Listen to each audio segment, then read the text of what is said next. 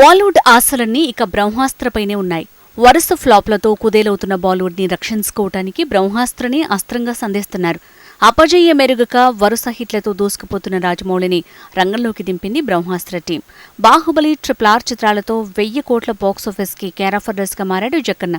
దాంతో రాజమౌళిని బ్రహ్మాస్త్ర చిత్ర సమర్పకునిగా తెరమీదకి తెచ్చారు. ప్రమోషన్ బాధ్యతని కూడా అతని భుజాలపైనే మోపారు. దేశంలోని ప్రధాన నగరాలన్నీ తిరిగి బ్రహ్మాస్త్రకి బ్రహ్మాండమైన ప్రచారం చేశాడు రాజమౌళి. అతని ఇమేజ్ ని ఇలా వాడుకున్నారు బ్రహ్మాస్త్ర టీం.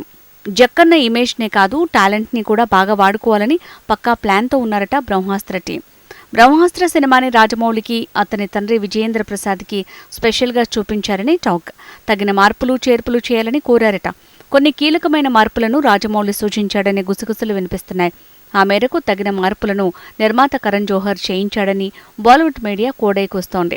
అంతేకాదు, ఎడిటింగ్లో మంచి పట్టున్న రాజమౌళి బ్రహ్మాస్త్ర ఫైనల్ ఎడిటింగ్లో తన కత్తెరకి చక్కగా పనిచెప్పాడట. తనది కాని సినిమా కోసం జక్కన్న ఇంతగా కష్టపడటం చూసి అందరూ ఆశ్చర్యపోతున్నారు. బ్రహ్మాస్త్ర కోసం జక్కన్న చేస్తున్న తపస్సు ఫలిస్తుందో లేదో చూడాలి మరి.